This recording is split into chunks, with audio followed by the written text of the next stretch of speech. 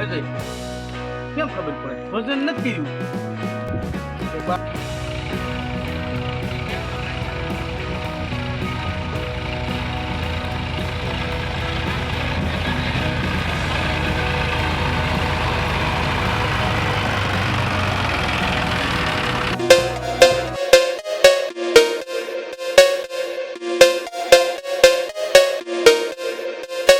જય માતાજી મિત્રો, કેમ છો બધા? મજામાં થશો? તો આપણે આવી ગયા છીએ ફરી એકવાર નવા વિડીયો સાથે, નવા ટોપિક સાથે. મિત્રો આપણે ઘઉં વાવી દીધા છે. જુઓ અત્યારે ઓલી બાજુ પાણી ચાલુ છે ને આ બાજુ આ ઘઉં છે. આ જુઓ આડો કેરો છે. એટલે આપણે અત્યારે ઘઉં વાવવાની આખી પ્રોસેસ એ બધી પૂરી કરી દીધી. મિત્રો એ વિડીયો આપણે તમે જોયો હશે, આપણે નાખી દીધો છે શોર્ટ વિડીયોમાં. જુઓ આપણે જે આ ઘઉં બાકી જ છે.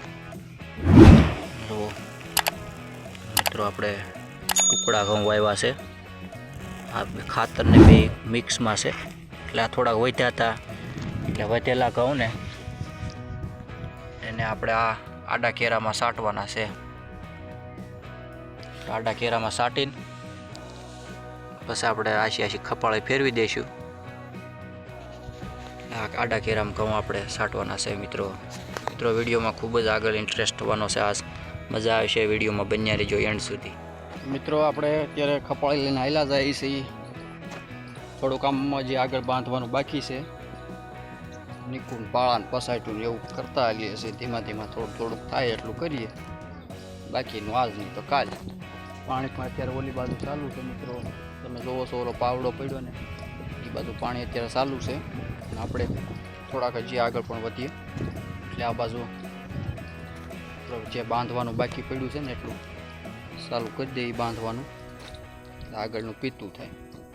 જો મિત્રો આ બાજુ જુઓ, આ બાજુ બધું હજી બાંધ્યા વગરનું પડ્યું છે તે બાંધવાનું છે. આમ જુઓ આ બાજુ દેખાય ને મિત્રો, અહીંથી ઓલા પણ સુધી બધી બાંધવાનું છે. આમ જુઓ આ બાજુ હજી બાંધવાનું છે. આગળ અહીં સુધી બાંધી દીધું હતું, અહીં સુધી કમ્પ્લીટ થઈ ગયું. અહીંથી આ બાજુનું બાંધવાનું છે હજી બાકી, એટલું બાંધી પાળા અડાડ દેવાના છે ધોરીએ. અને આ બાજુ જુઓ આ ધોરીઓ છે, આ બાજુ પણ બાંધી હાલો કરી દઈ બાંધી. બસ આગળ તમને બતાવું, બન્યા રહેજો એન્ડ સુધી. તો જુઓ આપણે અત્યારે આમ પાણી ચાલુ છે. આમ જુઓ એટલે પહોંચ્યા છીએ આપણે પાણી વાળતા ઓલી બાજુથી વાળતા આવીએ છીએ. આમથી એ ખૂણેથી વાળતા આવીએ ને આ બાજુ આટલું હજી બાકી છે. મિત્રો આટલું કોરું છે, વાળીએ છીએ. જો આમે કેરામાં આયલું આવે છે પાણી હજી, એટલે પૂગ્યું છે. કોરવાણ આપણે ચાલુ છે ઘઉંમાં. આપણે ઘઉં વાવ્યા છે ટુકડા. મિત્રો જુઓ અત્યારે પાણી ચાલુ છે. જુઓ હજી આ બાજુથી આ બાજુ ઓલી બાજુ હાલ્યું જાય છે. અહીં આ કેરામાંથી ઓલા કેરામાં વ્યૂ જાય. વધારે કટારે પાણી હોય ને મિત્રો એટલે આ ફૂટે નહીં. આ પસાટા જે આડો પાળી રહીને બાંધેલી પસાટી એનાથી પાણી આમ ફાટવા ન કરે. આ કેરામાં કદાચ આ કેરામાં ઓછું પાણી રહી ગયું હોય ને તો ઓલા કેરામાંથી વળીને પાછું આ કેરામાં ભરાઈ જાય. મિત્રો એવી રીતે આપણે પસાટ હોહરવી લાગટ ફોડેલા છે, એટલે એનો કાંઈ પ્રશ્ન નથી. આમાં જુઓ આ ઝોપ થોડીક પડે છે એટલે થોડુંક પાણી વધારામાં ભર્યું રહે છે, ક્યાંક નીચું પડે છે. આ બાજુ આ કેરામાં હાલ્યું આવે છે અત્યારે પાણી. જુઓ આપણે હાલ્યા જાય છીએ.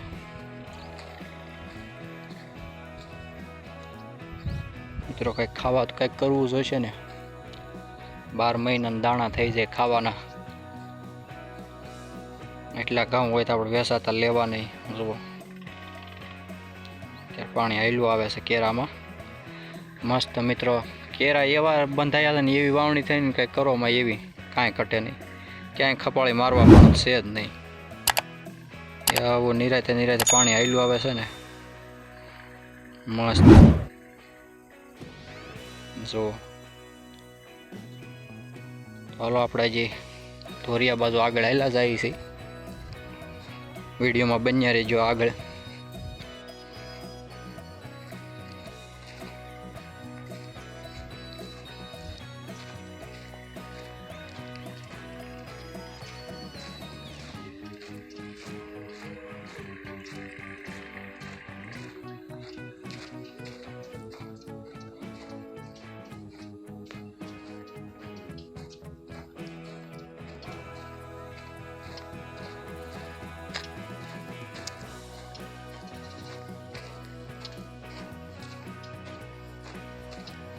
તો મિત્રો આપણે અહીંયા ખપાળી પડી છે,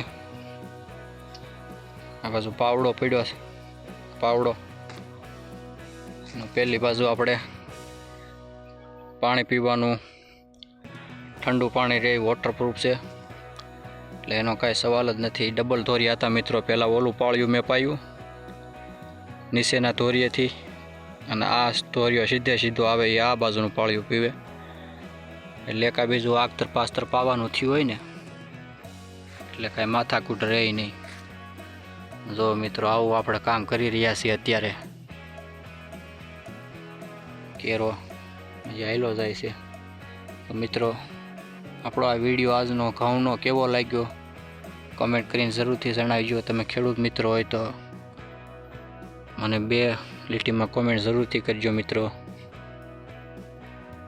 કેવો લાગ્યો આજનો વિડીયો. અને આપણા વિડીયો સૌવા ગમતા હોય મિત્રો, વિડીયોને લાઈક કરી દેજો. ચેનલમાં પહેલી વખત આવ્યા ચેનલને સબસ્ક્રાઈબ કરી દેજો મિત્રો. મળશું આપણે આગલા વિડીયોમાં. ત્યાં સુધી જય માતાજી, જય સિયારામ.